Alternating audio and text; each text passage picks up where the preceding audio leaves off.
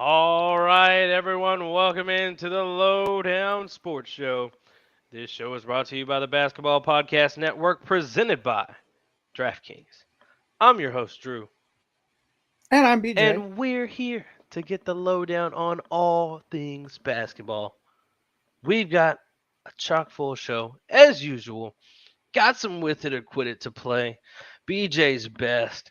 What's on Drew's mind? Talking some NBA Sacramento Kings on the topic of Ooh, conversation today. It's very uncharacteristic, I know, who talks about them oh, very much. I don't even know if yeah. Sacramento does, but we're going to today. And we're talking about the Chosen Sons and the Chosen One as well. If you know who those guys are, you know, you know. If you don't, you'll find out here in a little bit. And we're talking some WNBA playoffs semifinals. Game one has happened. We got to make some predictions on game two, game three, possible game four. Got Might to as well make some just predictions. finish the series at this I point. don't know. I mean, we think about it. Maybe. But it's all on the menu today for the lowdown. So we're back at it. We got a lot coming up. BJ, are you ready to go today? I am ready, Drew. Let's do it. All right, let's get rocking already. So, as I said, we're gonna be talking about the Sacramento Kings Yeah. today. Sacramento Kings, BJ, have not made the NBA playoffs in how long do you think? Well, let's see. We were kids, so that ages it a Mm, bit. Is mm. it was it 16 or is it 17 years now? 16 years from now is what you're saying? 16. I think it's So, 16. so you're saying 2004? Well, that would be 18 years. So Wait, was it okay, sorry, is it 2006? yeah, I think it was '05 or '06, somewhere It around there. is Rolling. Okay. 06, Okay. 2006. Sacramento Kings have not made the NBA playoffs since 2006, which is the Wow. longest drought in the NBA. They lost to the San Antonio Spurs in the first round in those 2006 playoffs. And there's nobody in the league currently that has ever played against the Kings in the playoffs? That's a good question. I don't think Because so. I know some of the players like LeBron, they wouldn't have met because the Kings never made it to the East. finals. Yeah, Yeah. I No, don't I think don't. there are. Well, didn't Mello maybe? That's Maybe, possible. but That would well, have been. He would have had like Denver 2 years. wasn't quite good at that point. But and then I think they got right after Sacramento's playoff Mm, streak. Because I mean, you talk about a team that was so close so many times in the early 2000s, early to mid 2000s. It was the Sacramento Kings team. There's still some conspiracy theorists out there in California to this day that believe that the NBA gypped the Kings out of a finals appearance in order mm. to allow the Lakers to make it. So Hey. but they still have yet to when get to back to the promised land. I think they have the second longest active playoff drought out of any of the major sports leagues in North America. Drew. Do you think if anybody was, if the NBA were to remove a team and replace them with the Seattle Supersonics, would it be the Sacramento Kings? I think that would be the most likely choice. Now I know there was talks about it, a few years ago, and Sacramentoans, as you'd expect, they revolted. They didn't want their team to move. But when you look at it feasibly, Drew, there are three other teams that have had a lot more success in the state of California. The Kings Arena is, I think, it's not up there in terms of where the Warriors just moved into the new Chase Center or whatever they call it, Hmm. Chase Arena Right. in San Francisco. The Lakers and Clippers obviously sharing what was formerly known as Staples Center, now is Crypto Arena or something like that. Crypto.com. Crypto.com. Yeah, yeah. I can never quite remember what those sponsorship names are.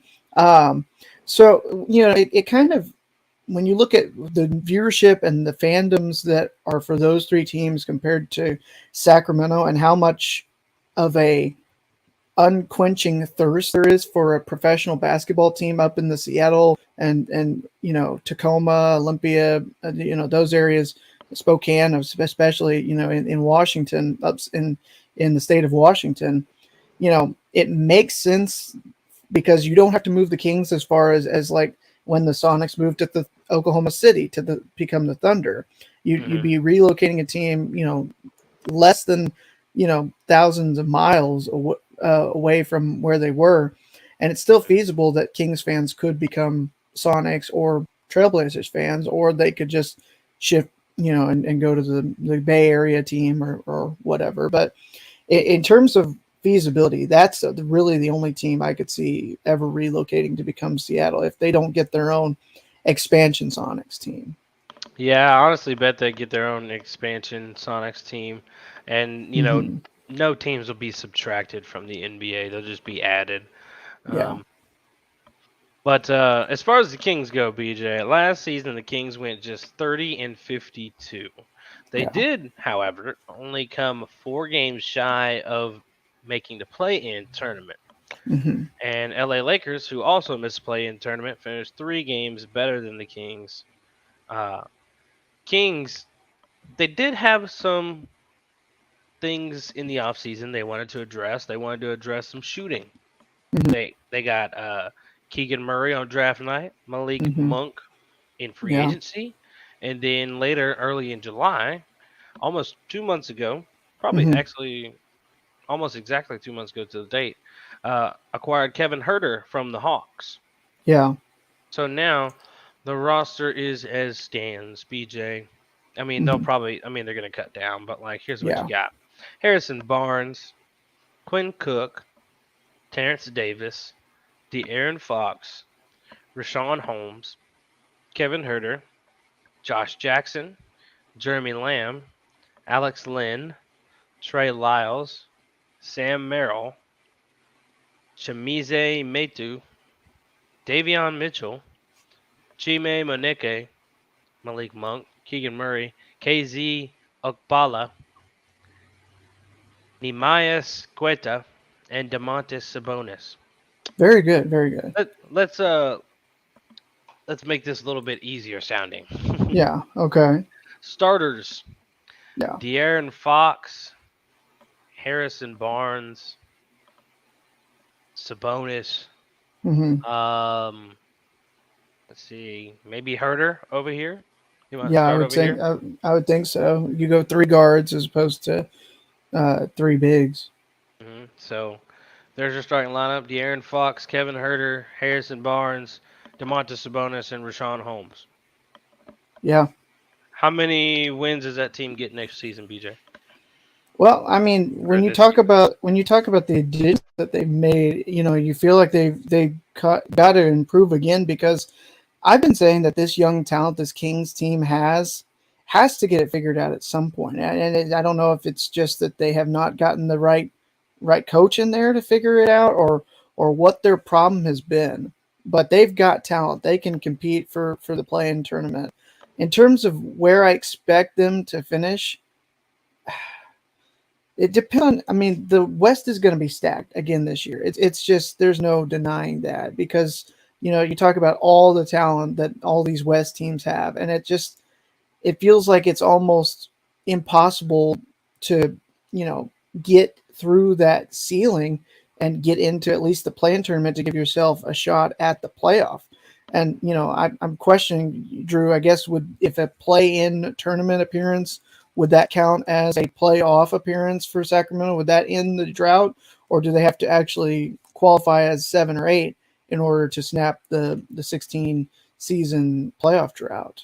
Oh, they definitely have to end up making the playoffs, like Okay. succeed through the Hmm. play-in tournament for it to count. Gotcha. Play-in would just count as play-in. You Hmm. know, I Yeah. mean, it's an achievement of sorts nowadays, and I mean, it would be one for the Sacramento Kings if they made it too. Yeah. I mean, it's something that they got to look forward to. I mean, that should be the first goal right now, to be Yeah. honest. I mean, you were 4 games out, but like, hey, it's time to make a Yeah. play-in. If we qualify for a play-in next year, playoffs, Well, championship. but I was going to say that the thing about it, when you look at the West as a whole, yes, you were only 4 games out of a playoff play-in spot this year, but it was also a relatively down year for those teams that were in the play-in. If you take out Minnesota, who had a really good year but was just a couple games back of Denver and should have automatically, honestly, been a playoff team regardless. I think that the way they do the play-in is kind of a little screwy, and we could talk about that, and we have talked about that at a different time on how we can revamp it. But you talk about a New Orleans team that was 10 games under 500, finishing as the eighth seed because they won the second spot in the play-in tournament. Clippers team that was without Kawhi Leonard and for the entirety of the season, and without Paul George for a good majority of it, they were only 2 games above 500. And a San Antonio team, Drew, that really just walked butt backwards into that last spot kind of by default because they were passing the baton with the Lakers like, here, I don't want it. No, you have it. No, I insist, really. Right. They were going No, back and you. forth. So I think out of these teams, you'd expect the Lakers to improve. I think San Antonio is probably going to shift itself down a little bit. New Orleans should be getting pretty good again with Zion and that team that they've got, competing again. I think they will be closer to 500. And then, I mean, out of the teams that were ahead of them, only Utah realistically could expect to see a drop. So where is the avenue for, this Sacramento team? Even if they improve by 5 wins, in a given year and go like 35-47, that would have been good for a playoff spot this year. But that cannot be said for every year that would be, a play-in spot even. So I don't know. I mean, I think it's going to Give take me a number. another. I said 5. I said 5 wins. I think if you get, Oh, five more. you expect a 5-win improvement, and I still don't know if that's enough to get in So the that play-in tournament. so that's 35 and And 47. 47, yeah, Okay. 35 yeah, and 47. which would have Hmm. put them just a game behind New Orleans this year at the 9 spot, Hmm. or actually it would have knocked out San Antonio. They would have been the 10th spot, and they would have been the last team in if they had been 5 wins better this year. 35 and 47 for the Kings. Man, Yeah. I don't know. It may or may not get you a play-in spot. I mean, you I gotta. like their talent. I like Keegan Murray. I like, one of the guys that I like that I hope gets a good look and gets a lot of minutes this year, Sam Merrill, as one of their wings and complementary to that backcourt. Um, I don't know. I don't know if 5 wins is going to be enough with how stacked the West is to be a playoff team. I really want this Sacramento Kings team to improve. I really do. I don't like seeing them being down for so long because I mean you remember the Mike Bibby, Peja Stojakovic days, and this Kings team should be back where they were back then. I got a tough question for you, BJ. Okay. Which young team do you think gets more wins this season? These young Sacramento Kings or those young Detroit Pistons? Oh, that's a good question. I think it's very likely you could see Detroit get more wins. I mean, they've got so Okay. they start off with a lower bar because they were 23-59 a year ago. Sacramento just quite, 7 games better at 30-52.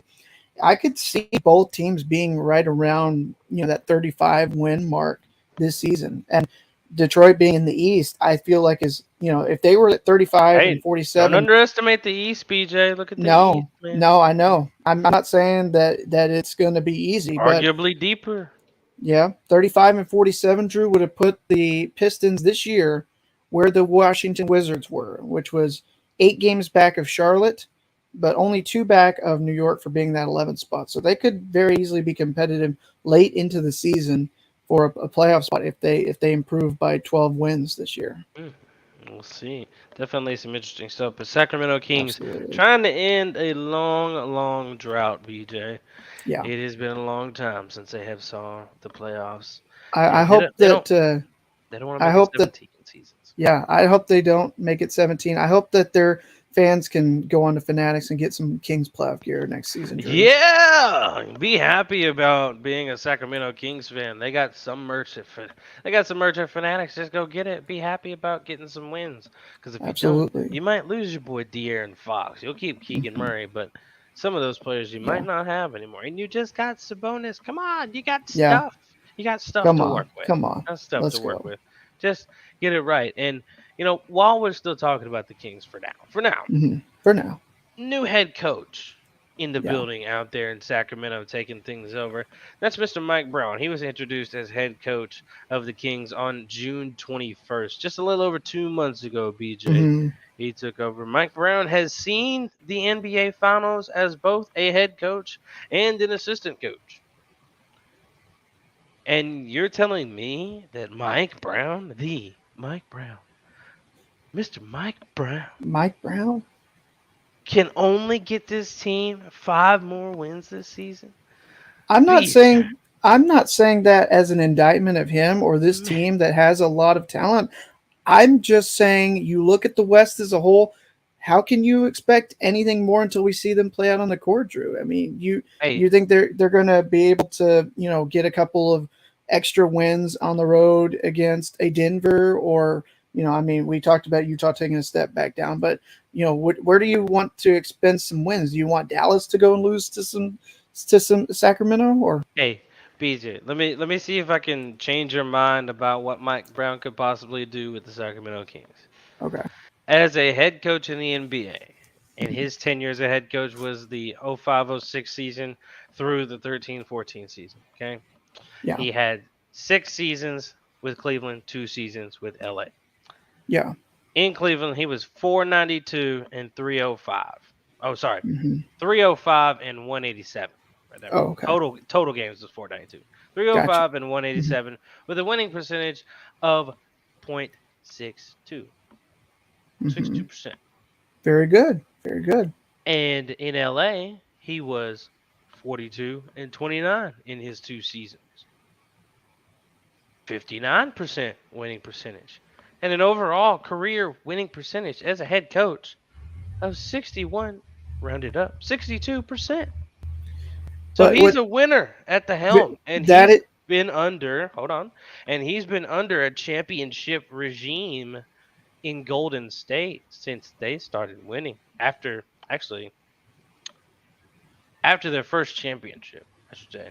hmm After the Cleveland loss, Mike Brown Yeah, showed up, yeah, yeah. and But he's been.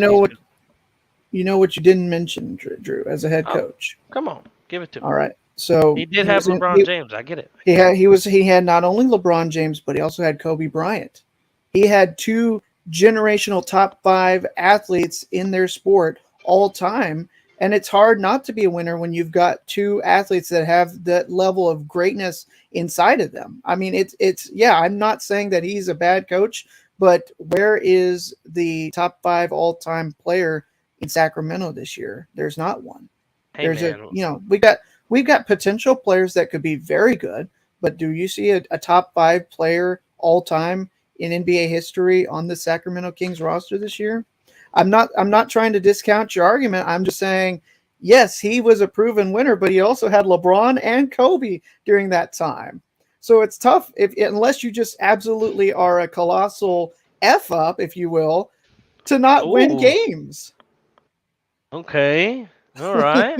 Calling Mike Brown out there. I'm not trying. Golly, No, I'm not no. trying to call him out. I Oh, think he's going to have a. I think he's going to be good for this team. Steve I'm Kerr just didn't saying. teach him I think anything. until I did not say that. You're putting words in my mouth. Well, by We have God, our first BJ, big argument of season 3.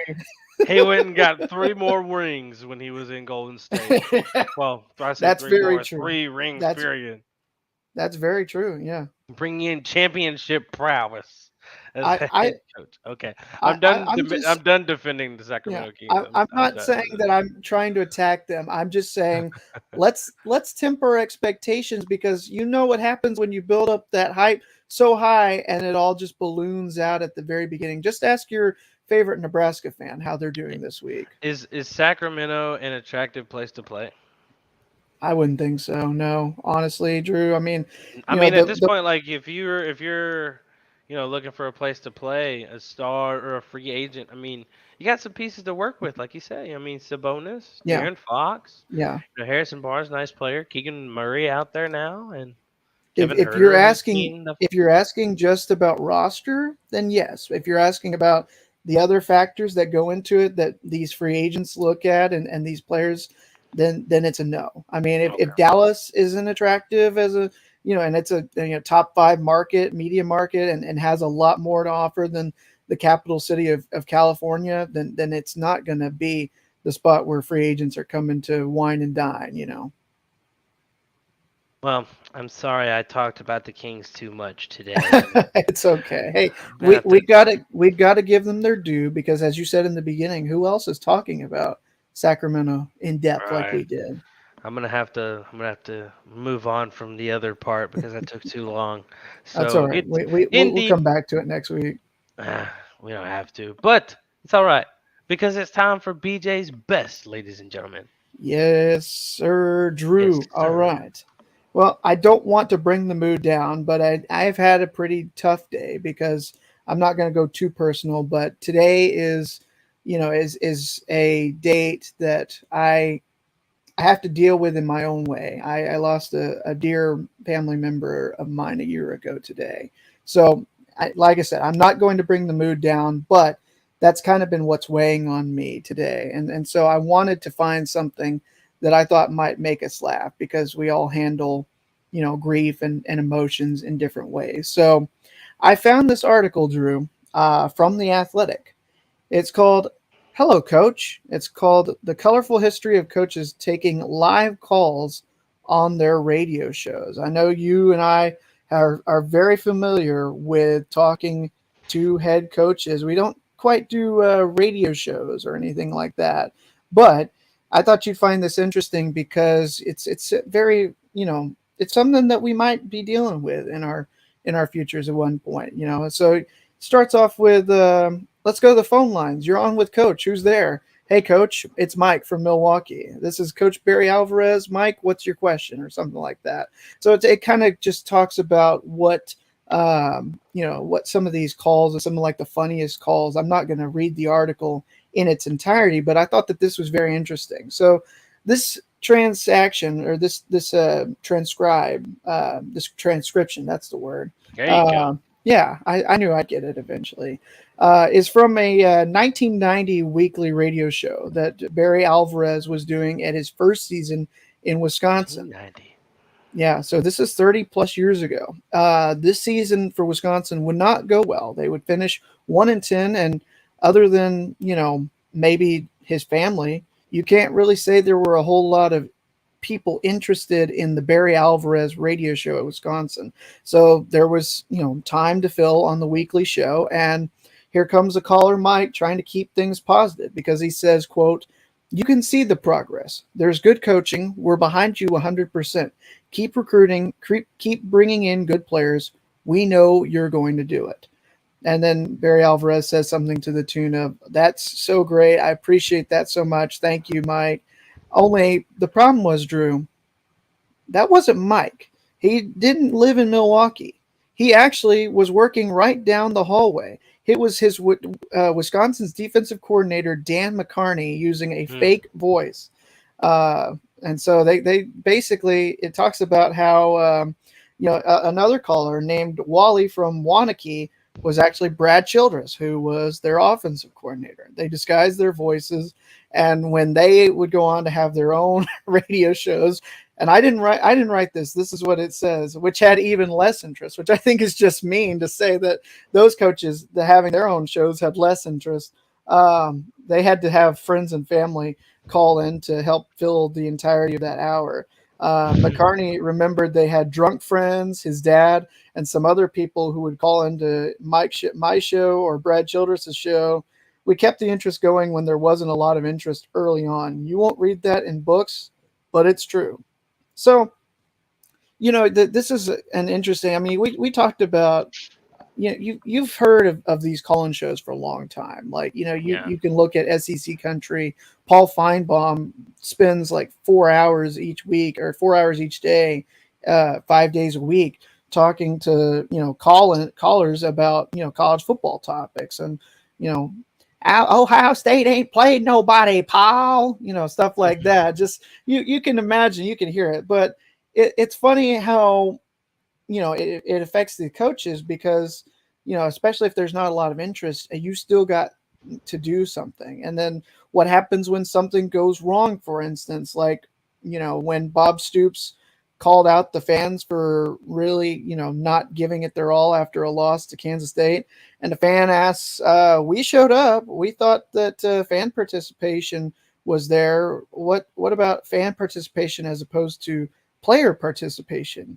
Mm. So what happens when the fans are ready for the not necessarily BS, but if a fan is patient enough and will make sure to make the coach address his comments, that's not necessarily what a coach wants to have happen in the show. Do you remember a few years ago when Jimbo Fisher, there was a lot of rumors that he was going to leave Florida State and take the Texas A&M job, and then he ultimately did. Yep.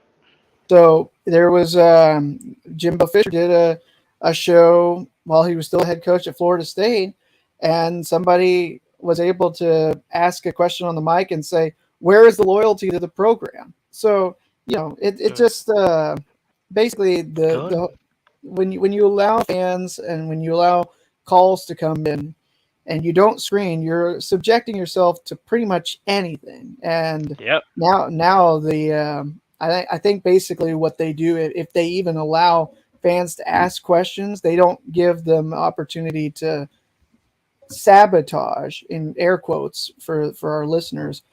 They don't give them the opportunity to sabotage the interview or sabotage the show. What they do now, and I thought this was interesting, is that they have to submit their question in writing, and if they're actually at the event wherever the coach's show is being held, and then they just pick questions out of either a box or a hat or something like that, and ask the coaches that way. So I thought that was very interesting. Again, it's an article from the Athletic. It's talking about the coaches interviews. It just came out on this Tuesday that we're recording this on August 30th. So if you got the Athletic, go ahead and give it a check. I mean, you can talk about, or they even talked about in the '80s, Tennessee quarterback Andy Kelly called his head coach's radio show, disguised his voice, and asked the coach about a player by the name of Corey Booker. Head coach covered his microphone and said, "Who's Corey Baker?" He didn't know who one of the players on his team was because he was a Yikes. fullback. And so that's funny when you don't know, when a coach doesn't even really know like his team and like who everyone on his team is, because fullback is a position of a bygone era in this day and age, but used Yeah. to be a real big important part of the football game. Yeah, I mean, So especially if you're a person bad with names like I am anyway, I'd be a terrible coach. I just like it's not oh you, yeah, it's me. I just yeah. I don't even remember her You got name. gotta get numbers and just say, don't take it personal. That's just who I am. Like, I mean, I see a face and I'm like, oh yeah, I know who you are, but you ask me a name and it's like, well, I could go Adam or I could go, Zonathan or something like I'd that. definitely be the coach that's sticking the tape on the front of your helmet, writing your name on it with Sharpie to Yeah, remember your name. yeah, That would definitely be me for sure. yeah. I think you'd have to. Yeah. So I'm wondering, as we get ready to close out this segment. Have you ever had a funny moment in an interview or anything like that with a coach or a fan that came up or anything like that? And it's not necessarily the same circumstances for us at our level that we do, but I just was curious. Just like any funny moment? Yeah, I mean, doesn't For necessarily sure. have to, be like a fan interrupted or anything like that, but Yes. For perfect instance that comes to mind. Just recently in the WNBA playoffs, Dallas lost in three to the Connecticut Sun, and they hosted mhm, their first playoff game. So I mean, obviously they were hosting the post game too. So yeah, we talked to Coach Kurt Miller first, but I haven't been in very many Sun uh, media availabilities throughout the season, so I'm not used to who their consistent media is, like everybody who goes and all that. So yeah, I was introduced to this person named Rafik, and he actually I had heard him before in the Connecticut ones, but this one was just funny because like, or I'll actually back up. I won't take you to Game 3 one. I was just my first introduction to Rafik, just when he hopped on after Game 1 and Dallas had lost. Alicia Gray and Ty Harris were on the stand, and he pops on, he's up for a question on Zoom, and he asks a question about Satu Sabali. He asks them as if one of them is Satu Sabali, and they look at each other and like it's this funny meme, like Alicia looking at Ty Harris, and Ty Harris, just making this funny face, and it's funny, but yeah, that was a hilarious moment because Oh I my mean he's goodness. always a part of things, but Yeah. it's just one of those rare things. But yeah, that was hilarious for sure.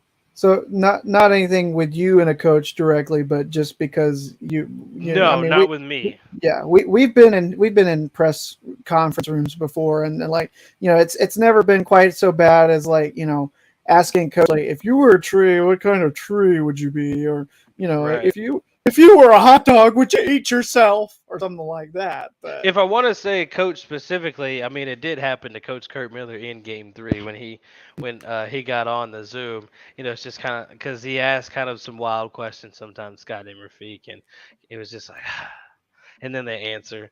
But it's just funny because I mean they hear it, they have him all season, so I wonder what yeah, the so reactions are like from some of the other it players gets I it haven't gets seen. to be a beating maybe. Yeah, it's funny though. Some people are like we're taking it super serious on Twitter, like what are you doing? Learn these players' names, learn who they are, and like I do get those points, but it's still, I mean, it's Yeah. content for me. It's hilarious. So I'll let those guys be mad. I'll stay over here and get a good giggle out of it because I got to Well, experience yeah, it. I mean, if there is an art to doing a bad interview, and we could talk about this another time, but I think it takes more to intentionally tank an interview than it does to mindlessly or not really even realize that you asked like a question that's like, oh, I meant say this or whatever. If you're intentionally doing it like to put the other person like make them feel like uncomfortable or whatever, I think that takes more skill, but I don't think Hmm. anybody would necessarily try to do that in our environment. I think that's something that you might see like with a celebrity, for instance, or something like that. And speaking of instances with coaches, BJ, well, not necessarily instances, but speaking of Mhm. coaches, football is here, BJ, and Yeah, the wait is almost over because a new football season, a new NFL season is about to start. I've already drafted two of my fantasy football teams, so I'm ready and raring to go. Get ready for that NFL Week 1 action with yes, DraftKings sir. Sportsbook, an official sports betting partner of the NFL.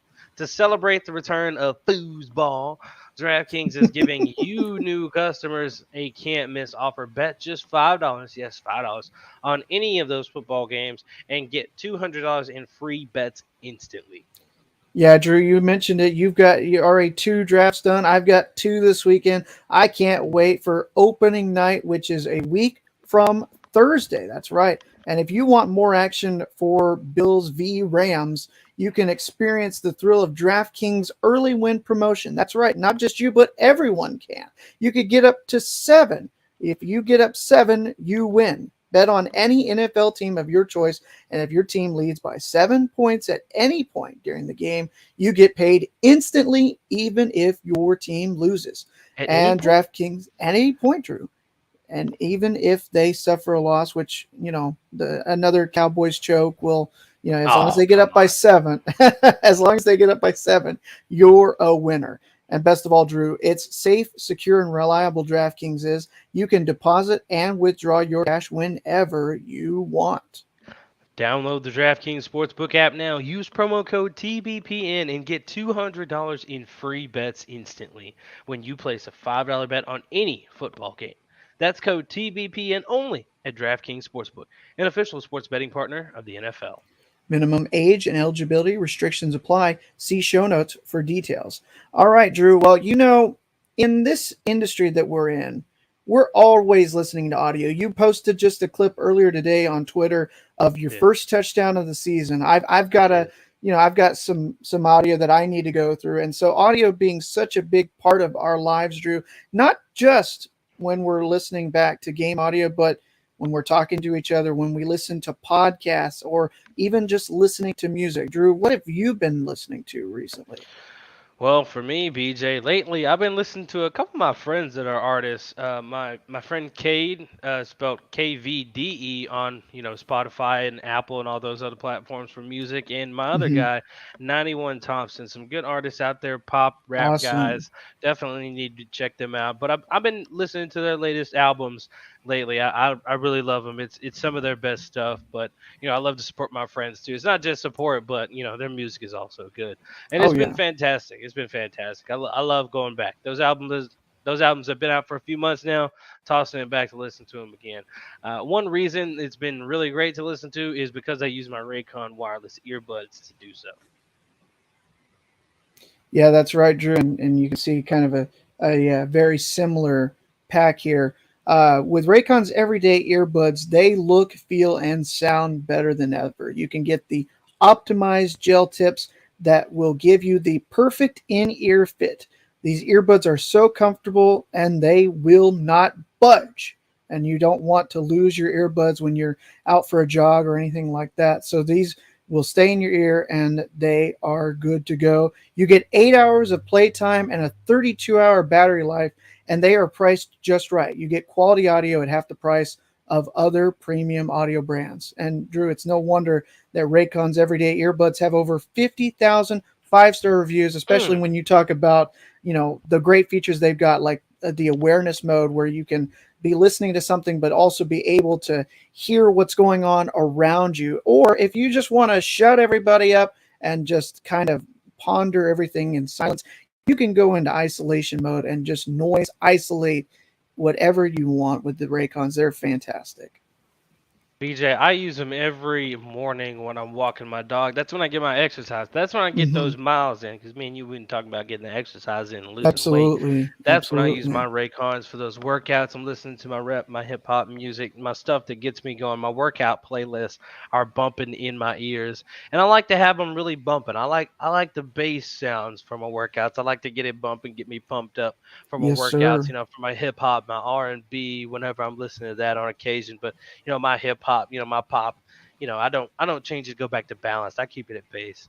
But you I can like use it. balance for the pop as well. But I stick with it. I like the boom. My dad used to listen to a lot of stuff with some boom. He had speakers all through his house. So it's just kind of Oh what I'm yeah. used to at this point.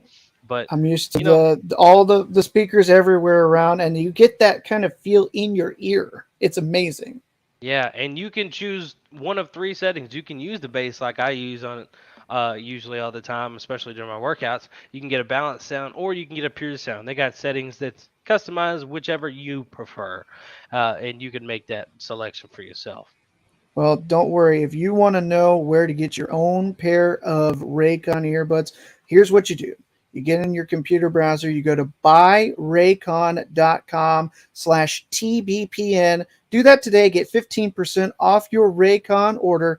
That again is buyraycon.com. BUYRAYCON.com/TBPN to score 15% off by raycon.com/TBPN.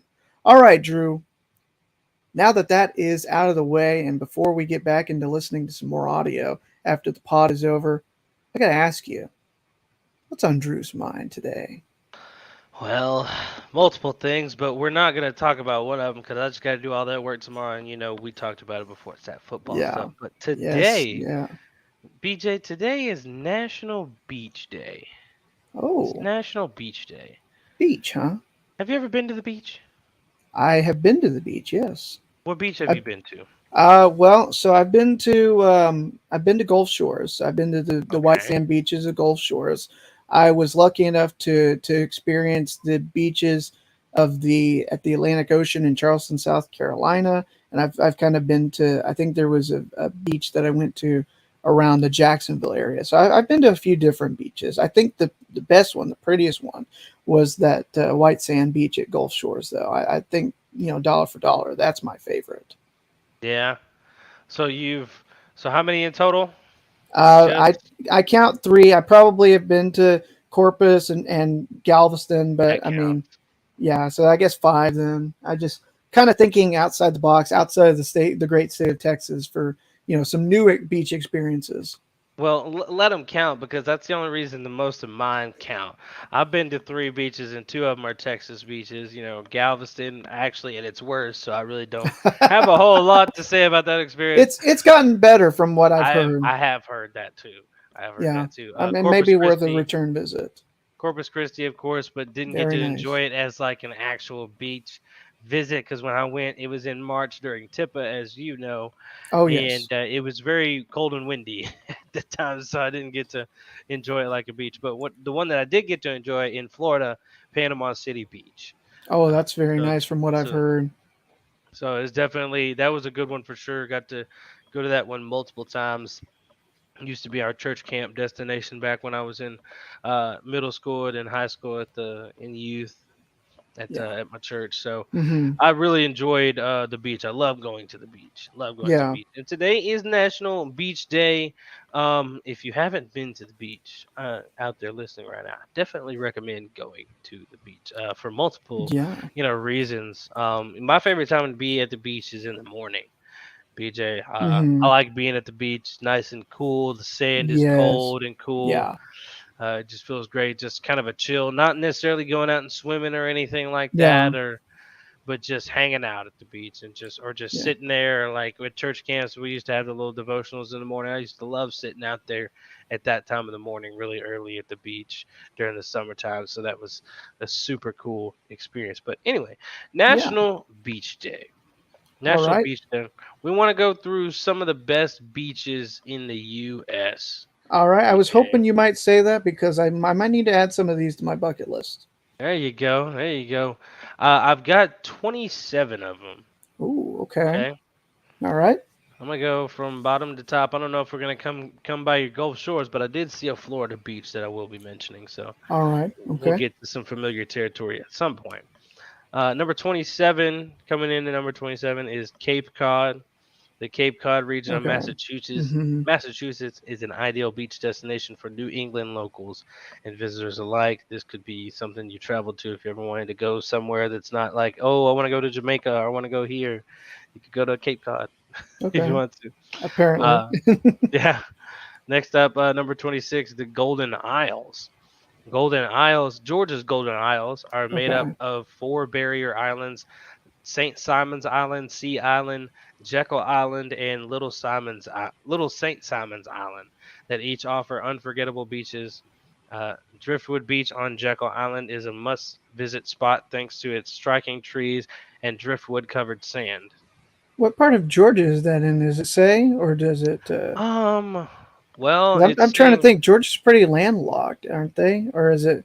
Would the area far east would be around the well, Atlantic?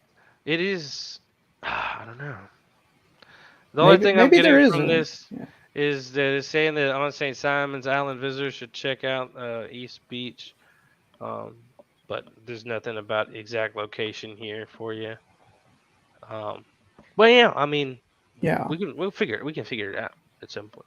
Cam's in the Uh, chat saying that Jaws is set there. I think he's talking about Cape Cod, though. oh yeah, okay. Yeah.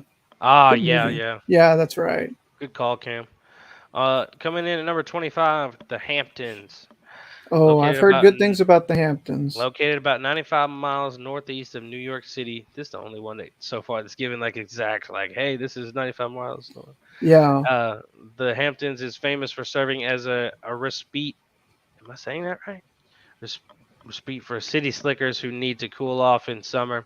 This beach spot is filled with quality shorelines that will no doubt impress travelers who don't reside in the tri-state area. First timers should visit popular stretches of sand like Cupsog Beach County Park in West Hampton Beach, Cooper's Beach in Southampton, and Main Beach in East Hampton. I've always heard a lot of good things about the Hamptons, but I've always heard you got to have money in order I bet. to be going up there and getting to see some of the stuff. So that's on the bucket list, but that's low on the priority scale because got to get that money first. Yeah, this one also probably less familiar to you. Number 24, Nantucket. Best known as a summer getaway for upper crust New England residents, the tiny Massachusetts island of Nantucket offers a collection of stunning beaches that appeal to every type of beach goer. I've never heard of the Nantucket beaches. The only thing I know about Nantucket is that limerick that's like, there once was a man from Nantucket, and then you can figure out the rest from there. Let's see here. Yeah, we'll get some more recognizable stuff here in a little bit. Okay. Um, let's see. Number 23, Huntington Beach. This California beach is nicknamed Surf City, Yeah. USA.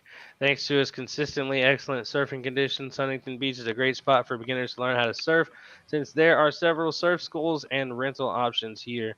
Advanced surfers will have waves to ride as well. Specific beaches to visit include Sunset Beach, which features a wide shoreline, Bolsa Chica State Beach, where you can play beach volleyball and enjoy a bonfire, and of course Hmm. Huntington City Beach, which features a large fishing pier and plenty of space to spread out and enjoy the beach and sea views. Yeah, I've heard Huntington is really nice, and so that's kind of one up there. I'm sure that if Huntington's on this list, I'm sure Venice Beach is also on there. Possibly, It's possibly. possible. You'll just have to wait and see. We'll But just wait and see. Yeah. number 22, Cape May. The beaches of Cape May, New Jersey, are very family friendly, with most offering proximity to amenities like restrooms and dining venues. In truth, there are almost too many beaches to count on the peninsula, but some favorites include aptly named Sunset Beach, ah, Quiet Cape May Point, and the Cove, which welcomes surfers and sunbathers alike. If you plan on visiting between Memorial Day weekend and Labor Day, keep in mind that each person, uh, 12 and older, must purchase a beach tag. Yeah, Cam suggests to go full Top Gun and play volleyball in jorts like Maverick and Goose at that one. Okay. Number 21, Hilton Head. Yep, I've The been there. The sand on Hilton Head, South Carolina's wide shoreline stands out for being fairly hard packed, making it perfect for long beach bike rides. Though it's often overflowing with crowds, Coligny Beach Park remains one of the area's most popular options thanks to its ample amenities. If you're seeking a local gym, try Dreesen Beach Park, a less crowded version of Coligny, a, or the wilder Mitchellville Beach, which is best for exploring rather than swimming. Interesting. I have been to Hilton Head. It's been about 10 years now, though, so Okay. How was it? it was very nice. I very much enjoyed my trip. Recommend it?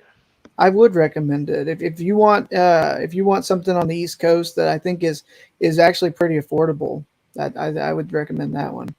All right. Miniature fast forward here. I'm going to fast forward to the ones you might recognize, and then I'll probably finish with like a top five. All right. Okay. Jumping up, up, up, up, up. Number 18, St. Petersburg. Yep, I actually St. have been there. Bingo. St. Petersburg, Florida, known as the Sunshine City, is a reliable option for travelers seeking sun, sand, and relaxation. St. Pete Beach, located 8 miles southwest of downtown St. Petersburg, offers miles of shoreline, perfect for water sports, lounging, and picnicking, as well as a number of surf shops and dining venues to enjoy afterwards. St. Yeah, Petersburg also sits close to Fort DeSoto Park, a 1,136-acre park with a quieter stretch of land or of sand and ample bird watching opportunities. it's a beautiful area. The whole area of St. Petersburg Clearwater is just phenomenal. The sand is so pretty, Drew. So pretty. This will probably be a familiar one to some because this is a familiar name to me. Key West, number Uh huh. 17.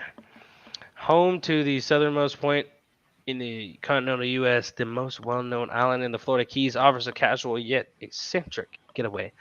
Check out Mallory Square shops, bars, and performers for a taste of the electricity or electricness. Is that a word? The best beach in Key West is part of Fort Zachary Taylor Historic State Park, which boasts clear turquoise water and a great snorkeling opportunities. Smothers Beach, which is a smaller shoreline at less than a mile long, offers a superb location in the heart of Key West and amenities ranging from food trucks to water sports equipment rentals.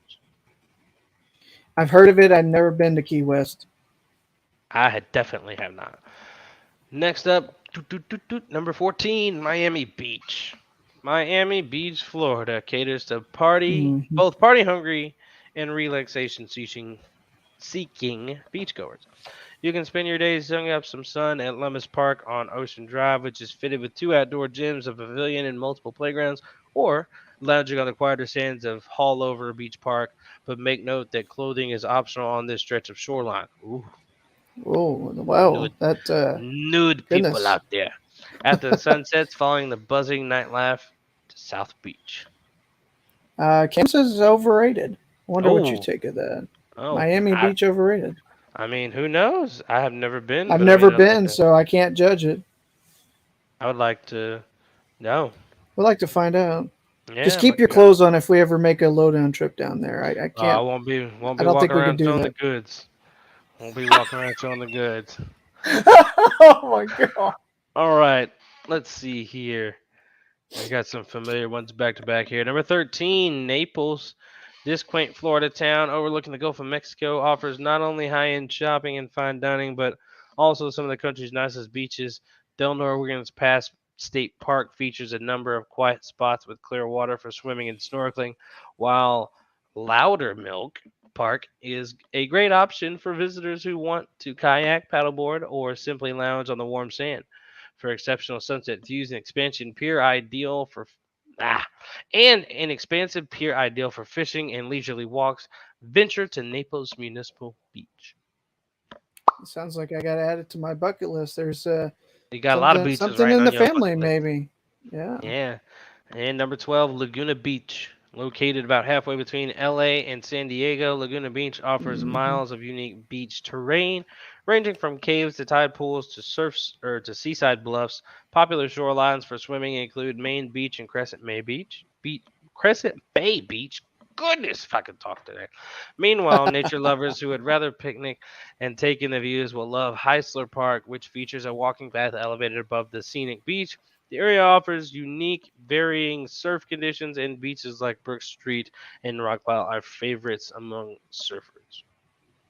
All right, skipping ahead. Beach sounds so nice. Hmm. Hmm. All right, I gotta do these two. Clearwater Beach, number 7. This 3-mile beach, located on a barrier island in Clearwater, Florida, is ideal for active travelers and relaxation seekers alike. There are plenty of opportunities for paddleboarding, snorkeling, sunset cruising, and sailing. By the sand, the water is warm and calm, and there are shaded cabanas available for rent. Plus, the shallow water and a playground area near the pier makes Clearwater Beach perfect for families and young children. Yeah, there was a really good movie. I think it's Dolphin's Tale that they did around the Clearwater area. Fascinating story if you ever get to go down there. Almost there. Almost Next up, there. number 6, Malibu, which you could probably add to the bucket list. This famously beautiful Yes. seaside city sits just about 20 miles west of central Los Angeles. With so many options, it can be difficult to decide which beach to visit in this area. Zuma Beach extends for 2 miles and features strong surfing waves and whale watching opportunities. As the name suggests, Surfrider Beach is one of the most popular spots for surfing and is conveniently located near the Malibu Pier. Just north of Zuma, El Matador State Beach offers striking views of cliff formations. Point Doom State Beach is also a worthwhile stop. If you're in the area, hike a short trail at the Point Doom Nature Preserve for a picture perfect vista of the Pacific Ocean and the surrounding mountains. Sounds like a beautiful place to visit. And your fast forward top 5. Number 5, Honolulu. Number 4, Sanibel Island. Number 3, Destin. Number 2, Kauai. And number 1, Maui.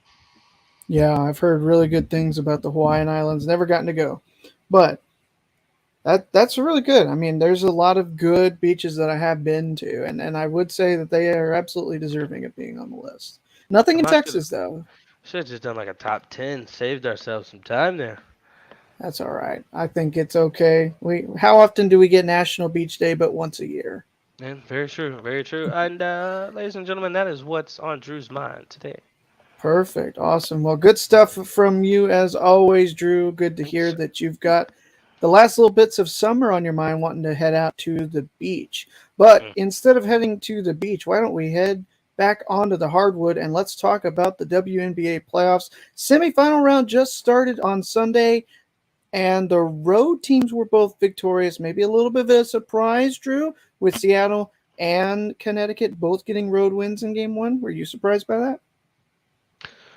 A little bit, but not really. From Chicago, they allowed New York to get a road winning game one, so that's entirely possible. In Connecticut, in the press conference post game, talked about how hungry they were because this is their fourth straight appearance in the semifinals, so they want to Yeah, break through once again and then finally come away with it. So they're determined and they know what they have to go through to get there. And Chicago's got just as much determination to be the first team to go back to back in 20 years, and they've yeah, got a really good team. So I mean, it's going to be a battle. I think that one is going to be a really fun one. I mean, both sides of it are going to be fun. Seattle came in, took care yeah. of business in a hostile environment in Vegas and got the win. So it's not surprising just because we have the four best teams in the league playing right now. So Hmm. anything could happen, and I think both of these series are going to go 5 games, Yeah. and it's just it's going to be some high level basketball, and so it's not really surprising, but it shouldn't surprise you if those two teams don't finish as the victors because anything can happen. It's the playoffs. Yeah, no, Who I'm knows? not really Who knows? surprised. I was kind of more surprised that Seattle was able to win because of how poorly they have shot the three-pointer against Vegas all season long. They've had struggles. They get a win, but they were 5 of 22 from downtown, just shy of 23%.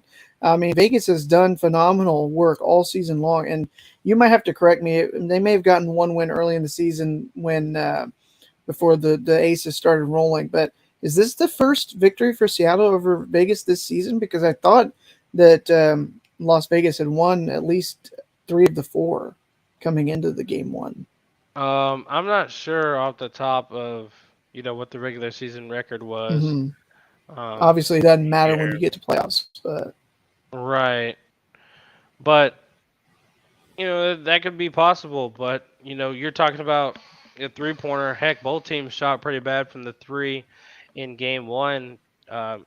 Just one make better with the Las Vegas Aces, 6 of 23.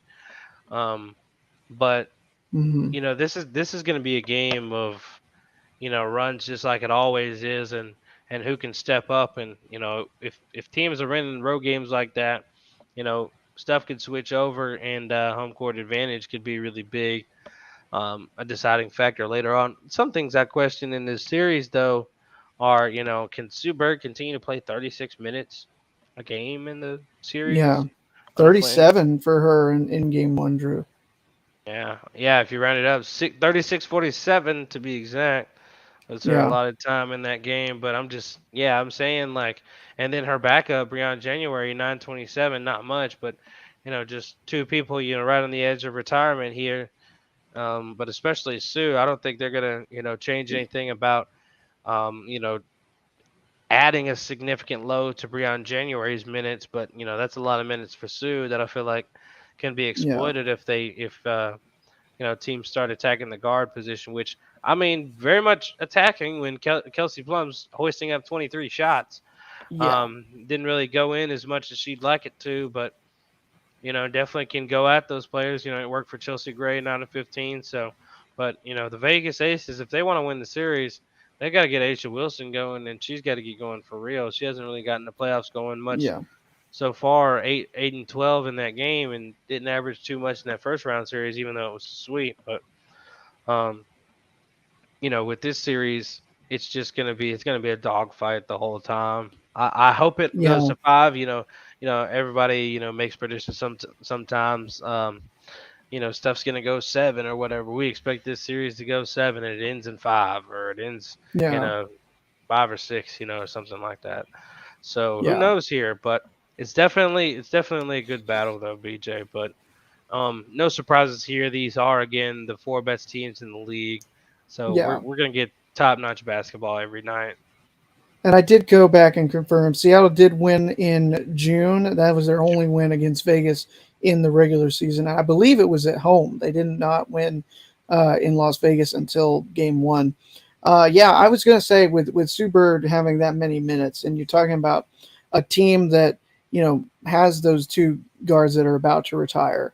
What do you think is the it's not necessarily the driving factor, but they don't have depth. So if Vegas can really keep attacking and forcing Bird and then January to be tired, play tired in these games, you would expect this to be almost overwhelmingly in Vegas's favor in that regard. But then if Asia can't get it going or whatnot, is there more to? I guess my question is there more to you know it's not necessarily playing tired, but there's more of that drive wanting to go out on top as opposed to letting fatigue sit in because you're about to retire. You got all the time you want as soon as the season's over to retire or to rest because you're not going to be playing basketball anymore. What do you think?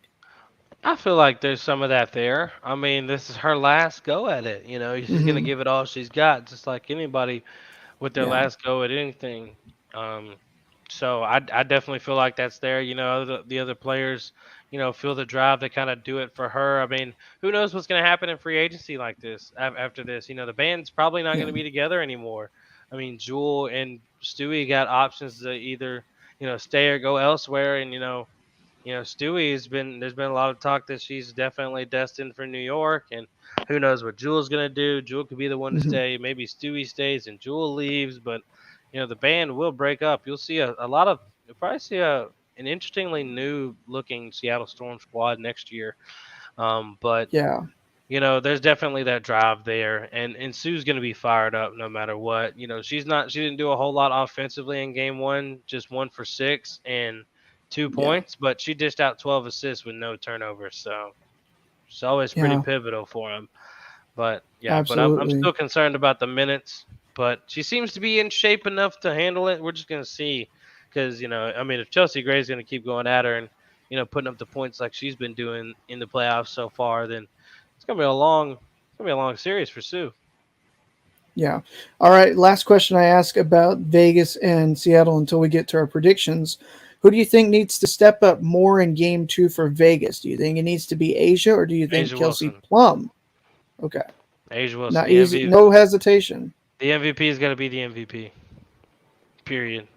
Just got to be Yeah. the MVP, or who I think is the MVP has got to be the MVP. Yeah. It's got to be the That was my pick as well. So I'm straight not up. that far off with you. Yeah. All right, we talk about Connecticut and Chicago. We briefly mentioned that Connecticut getting 68-63 win in game one. DeWanna Bonner was the leading scorer for the Sun with 15. So, you talked about what Coach Kurt Miller said for Connecticut in the post gamer. Um, what do you think was his biggest takeaway in terms of how the series is going to go when you've got to go up against the defending champs, like you said, who are trying to go for back to back? And they've been there so many times. Is there really? Do you think there's an edge, or is it just who wants it more? Um, I mean, probably a little bit of both. I'm sure there's some analytics that favor certain things that the Sun like to do, kind of like Connecticut found against Dallas, and made Mm-hmm. sure they made a point of emphasis to beat them with. So I'm sure there's things that Connecticut has for Chicago. I haven't been in the the recent stuff to ask or to hear what those are specifically from what coach's perspective is, but um, it's definitely there's always a lot of drive. I mean, it's the playoffs, man. So people, I mean, the Yeah, notch is just turned up no matter who you are. But there's a lot of emotion in this series in particular because, like I said, this is the fourth straight semifinals for the Connecticut Sun, the fourth straight, and they haven't come away with the championship. This is probably it for this band, to this group here, and yeah, if they can't get through and win a championship with them, then I mean the band is probably going to break up straight up. I mean, it's yeah, just you're not going to see this collection of players and being built like this and run like this probably anymore. Um, if they can't get it done now, because I mean, are you going to keep spinning that wheel with the same type of group again and again and again after four yeah, straight trips of no championship coming away with those semifinal appearances? And at least one, if not two, this year, finals appearances with maybe no championship. So um, they've got to get it now. So they've got that hunger to finally get some stuff done and get past the people that, sent them home Yeah. last time. So they want revenge. Chicago's trying to protect what's theirs. Like I said, trying to make some history as the first team to go back to back in 20 seasons. And Yeah. for Candace, it could be something that she goes off on the mountaintop with. I don't want her to. Everybody, a lot of people want her to keep playing, and she probably wants to keep playing. But I mean, if you get back to back championships in your hometown, I mean, done something that hasn't been done since Yeah. your old team and your old teammate did in 01, 02, then I mean, that's a good way to write the end of your story right there. So why Yeah. not go ahead and close the door? You won just about every, accolade you can within the league, and she just made history recently in this game with the stat line that she Yeah. had: 19 points, 18 rebounds, 5 assists, uh 4 steals, And 6 blocks. Yeah. and 6 blocks in this game. And man, it's just like, don't retire. Give us at least one more season if you're still doing this stuff. Yeah. Second team Yeah. on WNBA, still one of the top players in the league. Arguably should have been on the all defensive team that came out Yeah. earlier today. So, I mean, there's a lot going on in this series and a lot of reasons to find motivation and drive to play. And Yeah. so I mean, it's gonna be really emotional. Every game is gonna be nice and heated and excellent to watch. So I mean, if you're not a WNBA fan or you're questioning whether you want to do it or not, check out these playoffs, man. I mean, it's incredible basketball Yeah. and it's high level stuff. These playoffs are not gonna disappoint. It's gonna be great. You got the two MVP candidates facing each other on one side, and you got everything that we just talked about on the other side and everything that's going into it. So I mean, there's a lot of stuff at stake. So it's going to be some top-notch basketball. Some top-notch Yeah. basketball. And I was going to say my last question. You mentioned Candace Parker's stat line, and the teams were not too, widely, different in this game. They both were very similar in the percentages. I mean, 37% shooting for Connecticut, 35% for Chicago. They shot a few less or they attempted less baskets and had a few less makes. So the question really becomes, where is the biggest difference in game one? In your opinion, what gave Connecticut the edge at the end? Because they're on paper, as you'd expect, very very similar, evenly matched. Well, it may be. I would probably say the fact that Courtney Vandersloot had 0 assists going into the fourth quarter. Yeah, That's probably the thing, just an uncharacteristic thing from arguably the best point guard in the league. yeah, Something, if she's out there dishing it, the ball is moving because she's, controlling and orchestrating the offense. Her and Candace Parker combined, two of the best passers in our league. yeah, Courtney with what did I say? Courtney had two, Candace had yeah. four, just six combined between those two. I mean, Five, yeah. five for Candace. Oh yeah. So I mean, even so, just seven combined. Yeah, But I mean, Candace did her thing, but you got to get more from Vandersloot. So I'm expecting probably a double-digit assist night on this next outing from them. But I think that was the biggest thing. The offense didn't get uh, orchestrated as ran through its top-notch point guard as it usually is. But um, I did. I'm not gonna lie. I fell asleep in the second half for this one. ooh, But I mean, that's not good. I know I was tired. Stuff happens, Yeah, BJ. was it just because of the late start or what? It doesn't help. No, they had a game at what 3 and then a game at 7. They and Why they've not just they've go back to back right into each other? yeah, that was really spread out that day.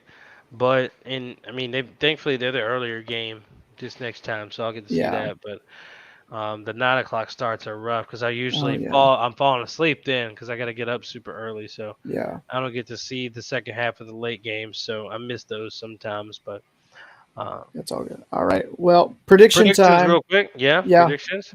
Games 2 through 4. I need winners for both series. You got Connecticut 1-0 up and Seattle up 1-0 as well. Let's start in the West. I would say the West because it's No, Wes. Seattle and Vegas. Let's start with the 1 versus 4 matchup. In game 2, who's going to win? I'm gonna go Vegas to take game two. Yeah, Vegas bounces back, in my opinion, as well. I think it's going to Yep. be Asia that is going to lead the charge as well. All right, they shift gears to go to Seattle, game 3 in a 1-1 series.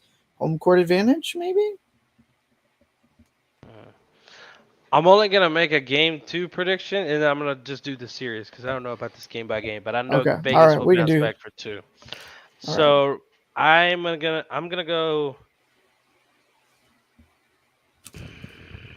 Vegas in five. All right, so he's sticking with what he had last week. In case you forgot, he initially took Seattle in 5, then he changed his mind, and took Vegas in 5. I Yep. said Vegas in 5 initially. I also have them bouncing back in game 2. I still think they're going to have to take 5 and win it out at home. I think it's just going to be that evenly matched with the team splitting both home games, and it goes down to winner take all.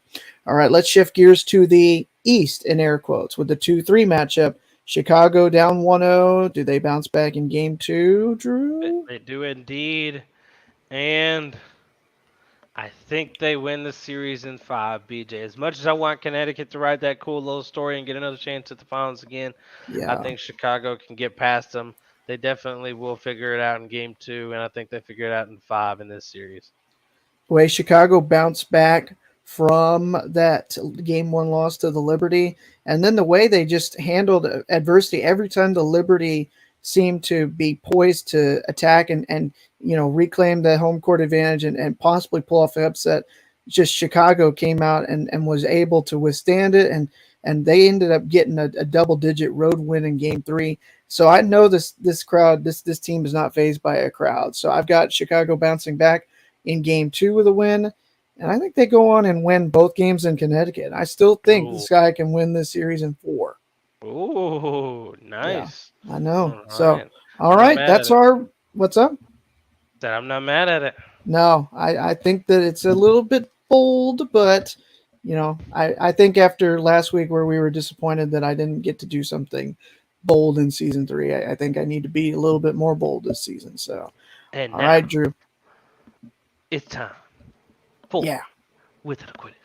Yes, indeed. For the first time this year, Drew takes the crown and he will be asked 5 questions. You heard it right, 5 questions. And he's going to have to say whether he is with it or if he's going to quit it. All right, we've had 3 seasons of this. If you don't know how the game is played by now, what are you doing? Just what are you doing? All right. Drew, are you ready? I'm ready. All right, Drew, number 1. All right. You obviously, I'm surprised you did not talk about it this week. House of Dragon has premiered 2 episodes. I don't So want to talk about now, it again. I know, but I was gonna say both games and Breaking Bad have built universes, if you will, and they now have both have spin-off shows. Breaking Bad also had a spin-off movie that continued to tell stories. So now that they're both shows have universes, the show that will end up with the better universe, maybe not necessarily the better show at the end of the day, but the better universe, all in all, will be Breaking Bad as opposed to Game of Thrones. With it or quit it?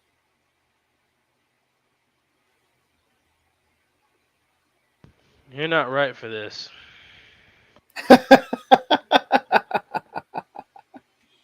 It's gonna be Breaking Bad because So that you're with those it. both of those both yeah I'm with it because both of those series they're dang near flawless. Um, and Game of Thrones obviously season 8 was its crutch, and House of the Dragon would have to be like 100 on every season of the rest of its entirety to really kind of even compete, but it's just not going to be able to. So Breaking Bad and Better Call Saul are going to beat out Game of Thrones and House of the Dragon any day of the week. No matter how much of a Game of Thrones fan I am, I also really like both of those shows too. So I'm just Yeah, gonna be honest they're here. I'm with it. both both phenomenal. It's going to be tough to, uh, I mean, you've talked about how many times you do rewatches for Game of Thrones, and I had not done a rewatch of Breaking Bad in a while, and so I'm kind of up to season 3. I know, yes, I know I need to start my Game of Thrones watch, but I figure there's less I should turn your episodes. mic off. You turn my mic off. What are you talking about? I should turn your mic off Oh, because you're over here rewatching other stuff before you start House of the Dragon. okay. First of Golly. all, less episodes. It's shorter. It's more What do you concise. I mean will. less episodes? There's 2 episodes of the House of the Dragon out right now. You're talking about less episodes. It just I thought you started. were talking about Game of Thrones. I No, could I do said that. House of the I Dragon. can do House of Dragon. But You can? like I Well, said, do it. like I said last week, don't you think I should watch at least some of the original show before I watch No, The House of Dragon? All right. you Okay. don't have to. You don't have All to. right. You can All right. start House of the Dragon, and then while you're watching House of the Dragon, when it comes out every Sunday, you can watch Game of Thrones as you go along, and it Okay. won't affect anything. All right. Okay. Okay. We'll consider it under advisement. Consider it.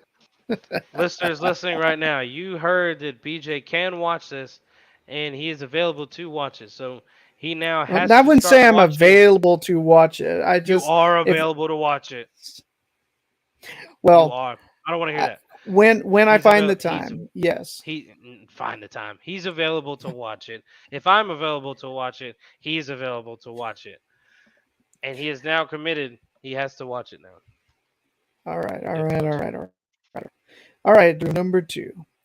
So yesterday we saw another home hit by the machine, Albert Pujols. He is now at 694 career home runs lifetime. He's really gone on a torrid pace over the last month or so. The question is, because this is his final year and he's in his 42, I think, age season, he will get to 700. He's 6 away from 700. He'll hit 6 more home runs before he retires and be only the 4th player all time to hit 700 home runs. With it or quit it. With it, he's so close. They're gonna make sure he gets it. Yeah, I hope you're right. I've been really just, this is the closest thing for baseball that we've had to, like, home run like chase or anything like that since 1998 now with Albert. So it's exciting to watch his at bats, see if he's gonna hit another one out. So I'm hoping he does. All right, number 3. So this is going to be a little bit interesting, I think, for just purposes. Okay, so the the question is, Drew, Hmm.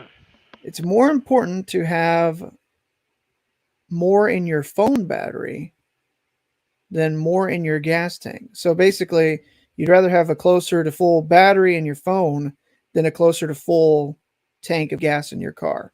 With it or quit it? No, quit it. I need No, you'd I rather need the fuel? gas.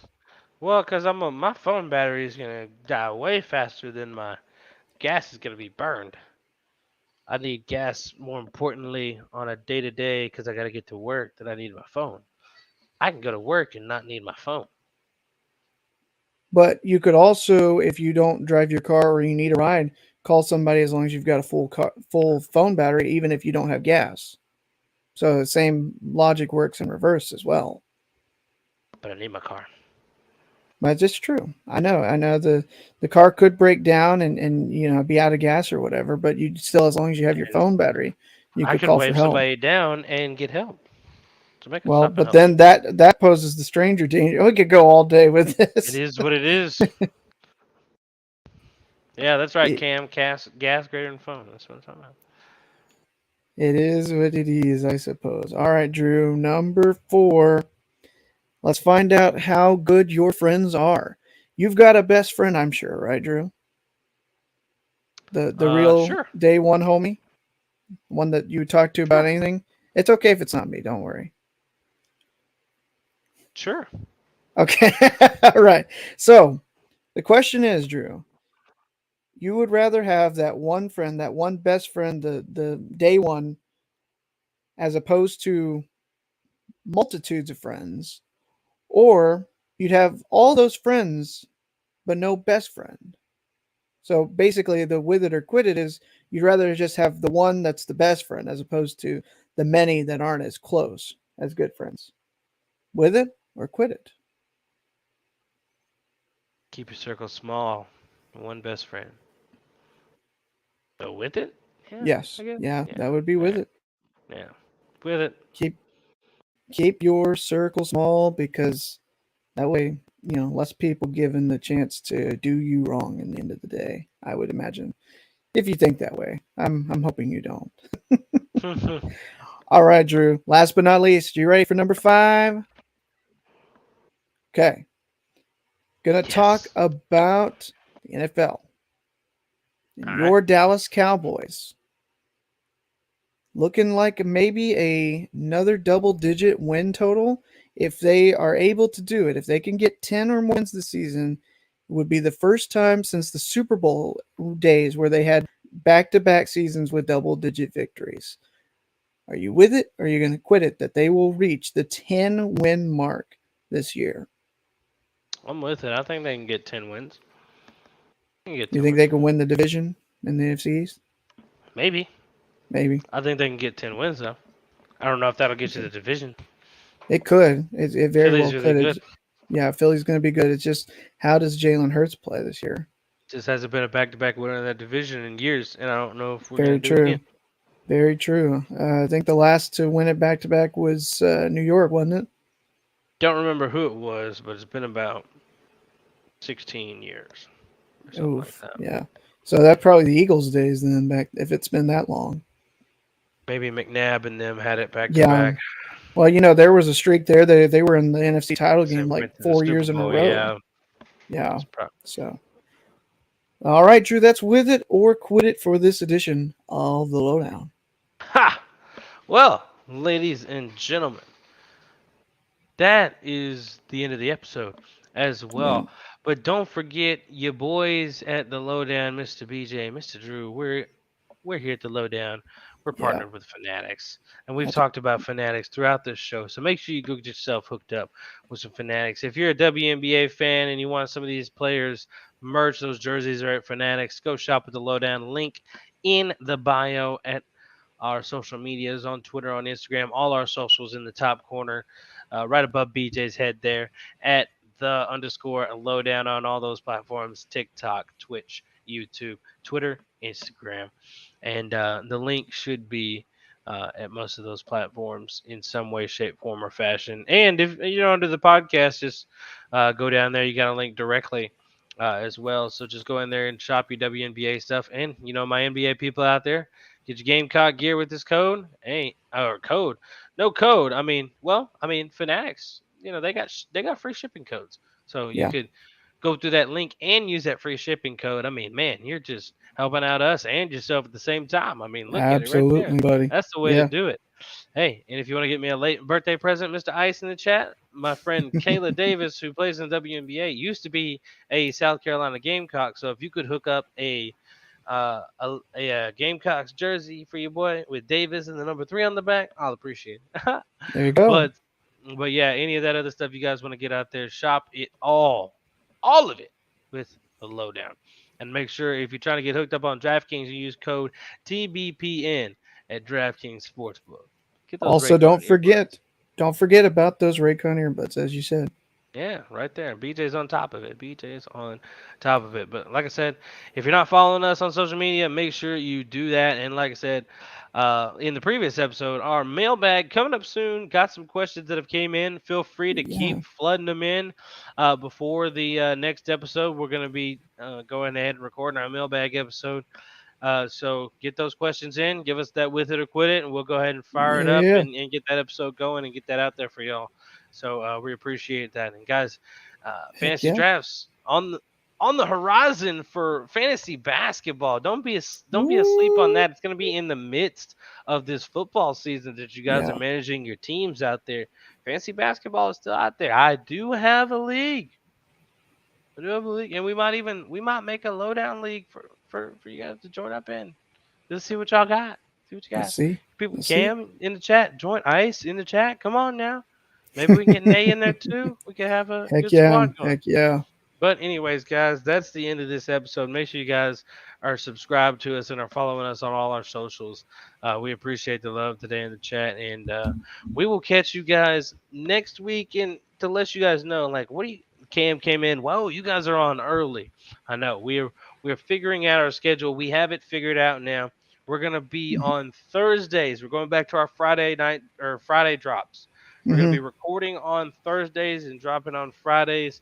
And recording it 2 in the afternoon. So make sure Central you wake Time. up Central Time. Wake up with us. If you got a night shift and you're sleeping in, wake up. It's 2 o'clock. The Lowdown's on. Come check us out. But we will see you guys next week at the new time. Back on Fridays for the drops. Recording on Thursdays. Come hang out with us. This has been the Lowdown. Let's get it.